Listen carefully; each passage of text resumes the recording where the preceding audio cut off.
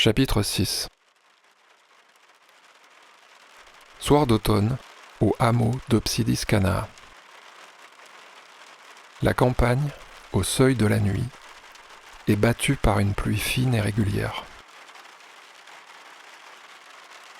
En bordure du hameau, sur la longue façade d'une ancienne grange, la plus haute fenêtre vibre d'une lueur vacillante.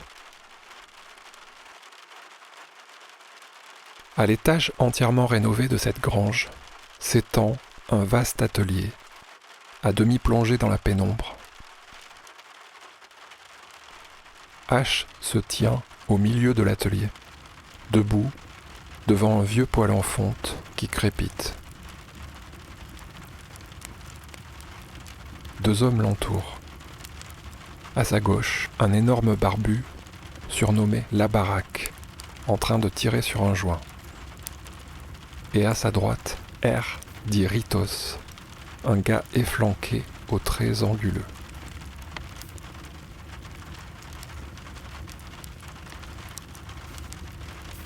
H ouvre la petite porte vitrée du poêle. Il jette une bûche dans le foyer. Referme la porte. Se laisse happer par la danse hypnotique des flammes. Ses pensées ralentissent et dansent avec les flammes. Flammes qui dansent, sensuelles, fougueuses et lascives, comme des femmes. Il est tiré de sa rêverie par le grand Baraque qui tapote son bras pour lui faire passer le joint. De son côté, Ritos se racle la gorge. Elle ressemble toujours à rien, cette machine, hein ? Remarque-t-il avec un fort accent italien. H fait un effort pour rassembler ses pensées et détourne son regard du poêle vers la partie éclairée de l'atelier. Ce qu'ils appellent la machine, c'est une grande structure de métal en construction, sous un projecteur, composé de longs tubes circulaires concentriques, vissés à des pieds en tréteaux d'acier qui les soutiennent à 1 mètre du sol. L'ensemble, hérissé de tiges flexibles et de câbles électriques. Derrière un des tubes dépasse la tête de JB, gringalet masqué par de grosses lunettes noires et armé d'un chalumeau, projetant autour de lui des gerbes d'étincelles. La machine de l'étoile 15. On n'a toujours aucune idée de comment ça marche. Demande Ritos. Tous ces fourbis là, les générateurs et les circuits à l'intérieur des tubes, tous ces bazars électriques, à quoi il va servir ? Bon, on n'en sait rien, nous, on suit les plans et c'est tout, répond La Baraque. Bah, c'est fou, non ? On construit une machine et on ne sait pas ce que c'est. Ils vont nous dire comment on le fait tourner, leur truc. Ils nous le diront forcément quand il faudra l'utiliser. Pour la fête du printemps, là. C'est ça, oui, la fête du printemps et le jeu de l'étoile. Et ce sera le point d'orgue de la fête, le bouquet final du feu d'artifice, ils ont dit. Mais pour l'instant, on n'y comprend rien à tout ça. Quel rapport avec l'étoile 15 ?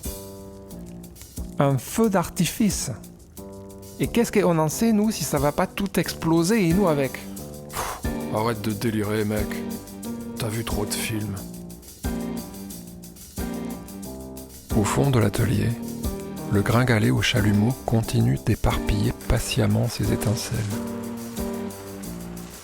H tire sur le cône qu'il tient entre le pouce et l'index. Exhale lentement un nuage de fumée odorante.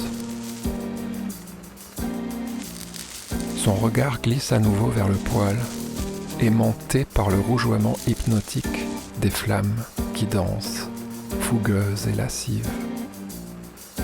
Et soudain, un coin de son cerveau disjoncte.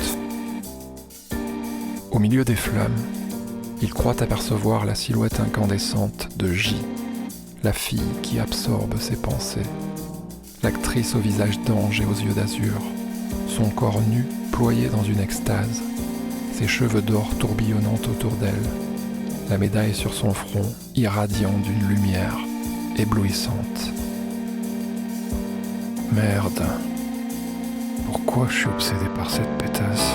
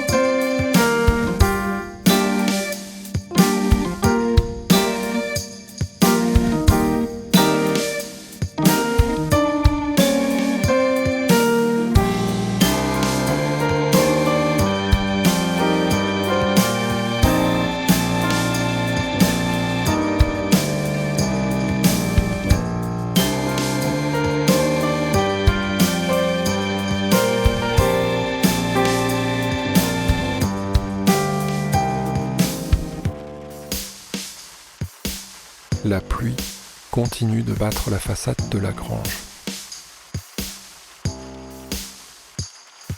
Dehors, la nuit entièrement tombée sur le hameau est trempée d'un clair de lune voilé par des nuages épars. Dans l'atelier, H essaie de reprendre pied dans la réalité. Par bouffées, la chaleur du poêle lui monte au visage. Il fait un effort pour se recentrer sur la conversation, mais tout se mélange. La fête du printemps, la machine, les concepteurs, le jeu de l'étoile, les artistes, la fille, ses yeux, sa bouche, ses seins. Oh H, t'es avec nous là ? Et t'en penses quoi de tout ça, on peut savoir ? H sent un frisson parcourir son échine, comme une petite décharge. Il se secoue et prend une longue inspiration. Ouais, je pense que t'as raison, Ritos. Lâche-t-il enfin. Mais c'est pas la machine le problème. La machine, c'est juste un truc pour la fête, pour rendre leur jeu plus spectaculaire. Et le feu d'artifice, c'est pas un vrai feu d'ailleurs. C'est juste une façon de dire que ça en mettra plein la vue. Non, le vrai problème, c'est qu'on sait pas où on va. Ils nous disent pas. Les concepteurs, leurs plans, ils évoluent, mais à chaque fois, ils nous en donnent que la moitié. Toute leur expérience là, si ça réussit, ça pourrait changer la société tout entière. Ok, super. Mais en attendant, nous, combien de temps on va jouer les cobayes ? Et puis ils nous font croire qu'on est tous à égalité ici, qu'il n'y a plus de classe, plus de riches, plus de pauvres. L'autre garce, la petite S, elle nous bassine sans arrêt avec ça. Ah, elle, c'est sûr que pour faire des belles phrases, elle est forte, hein ? Ouais. Seulement pour elle et pour ses copains, les écrivains, les artistes, tout ça c'est un jeu pour eux. Ils jouent à la liberté, à discuter, à baiser dans la nature. Et si un jour ça s'arrête, ils retrouveront leurs appartes, leurs salaires, leur théâtre. Ils n'ont pas à s'inquiéter. Mais nous, on a lâché nos usines pour venir ici. On n'a plus de fric, plus de maison, plus rien en dehors d'ici. Et les paysans, c'est pareil. Donc nous, tous les fauchés, on peut pas faire machine arrière. On n'a pas le choix. Faut qu'on reste soudés. Il n'y a que comme ça qu'on peut s'en sortir. Moi, ce que je dis, c'est que leur machine, là, on la fabrique, on apprend comment elle marche, et le jour de la fête du printemps, on installe tout, on la fait tourner, le jeu commence, les artistes balancent leurs numéros, les invités sont scotchés, et là on bloque tout. On coupe la machine, on rallume les lumières, et on pose nos conditions. Et on verra bien ce qui se passe.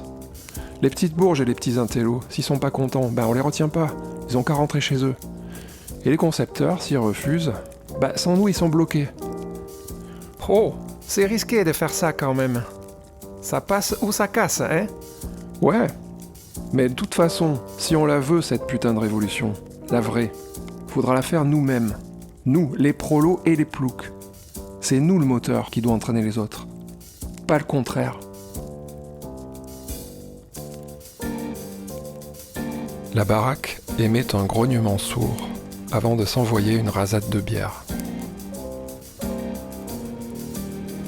Puis le silence retombe dans l'atelier, à peine entrecoupé par le chalumeau et quelques rafales de pluie contre la fenêtre. H tend son bras pour faire passer ce qui reste du joint. Le poêle crépite toujours. Son regard dérive lentement. Une nouvelle fois hypnotisé par le feu, il repart en vrille. Et le fantôme de J réapparaît parmi les flammes, dans sa nudité sublime. Mais cette fois, elle n'est plus seule. Elles sont plusieurs à virevolter dans une étincelante farandole. Il reconnaît la chevelure rousse de A, le buste effilé de S et d'autres filles du groupe, toutes serpentant comme des furies, corps entremêlés dans la frénésie du brasier. Au centre, J se dresse, triomphante, et se tourne vers lui pour exploser d'un rire, méphistophélique.